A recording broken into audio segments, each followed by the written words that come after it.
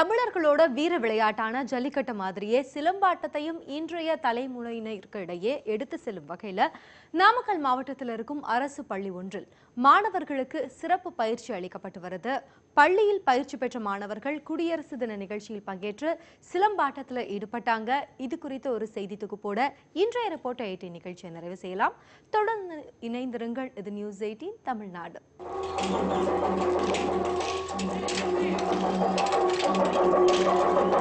நாட்டுப்புற போர்க்கலையாக விளங்கும் சிலம்பத்தை கற்றுக்கொள்வதன் மூலம் உடலும் உள்ளமும் வலிமை பெறுகிறது. தமிழரின் இத்தகைய பாரம்பரிய கலைகளை மாணவர்களுக்கு கற்றுத்தருவதன் மூலம் அந்த கலைகளை அழிவில் இருந்து மீட்க முடியும் என்று நம்பப்படுகிறது. நாட்டுப்புற போர்க்கலையாக விளங்கும் சிலம்பத்தை கற்றுக்கொள்வதன் மூலம் உடலும் உள்ளமும் வலிமை பெறுகின்றன.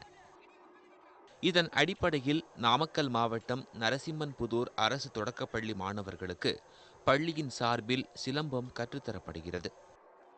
இவங்களை பார்த்ததுக்கப்புறம் எங்களுக்கும் ஒரு வேகம் வந்திருக்கு. இந்த மாதிரி நம்ம பாரம்பரிய கலைகளுக்கு ஒரு முக்கியத்துவம் கொடுத்து இந்த மாதிரி கிராமத்தில் ஒவ்வொரு இடத்துலேருந்து வளர்ந்தாதான் இது வளர முடியும். தேவையான ஊக்கம் கொடுத்து இந்த கலையை இன்னும் பலவிதமாக இந்த ஆசிரியர்கள் பயிற்றுவித்து இன்னும் நிறைய பேர் இந்த கலையை புரிந்து கொள்வதற்கான ஏற்பாடுகளை என்ன அவங்களுக்கு செய்யணுமோ அது தேவையான உதவிகளை செய்வதற்காக நாங்கள் இங்கே வந்திருக்கிறோம். பவிஷா என்ற தொண்டு நிறுவனம் தங்கள் செலவில் ஆசிரியர் ஒருவரை அமர்த்தி பல மாணவர்களுக்கு சிலம்பக்கலையை பயிற்றுவித்து வருகிறது. சிலம்பாட்டத்தில் உள்ள அலங்கார சிலம்பம், போர் சிலம்பம், சுருள் கத்தி, வாழ்கேடயம், மான் கொம்பு, சிறுகால், படைவீச்சு, குத்துவரிசை, கட்டுவரிசை, பிடிவரிசை ஆகிய உட்பிரிவுகளை மாணவர்களுக்கு கற்றுத்தருகின்றன. கராத்தே, கும்ஃபு போன்ற பல கலைகள் உருவாயிருக்கு. இருந்தாலும் சிலம்பத்துக்கான மதிப்பு இன்னும் தெளிவான முறையில் வரல.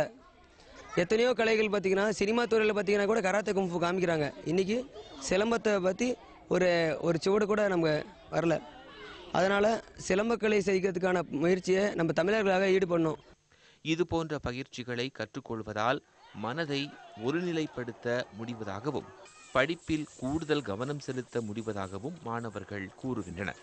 இதனை மற்ற பள்ளிகளும் பின்பற்றி இது போன்ற கலைகளை கற்றுத்தர நடவடிக்கை எடுக்க வேண்டும் என்பதே பலரது எதிர்பார்ப்பு.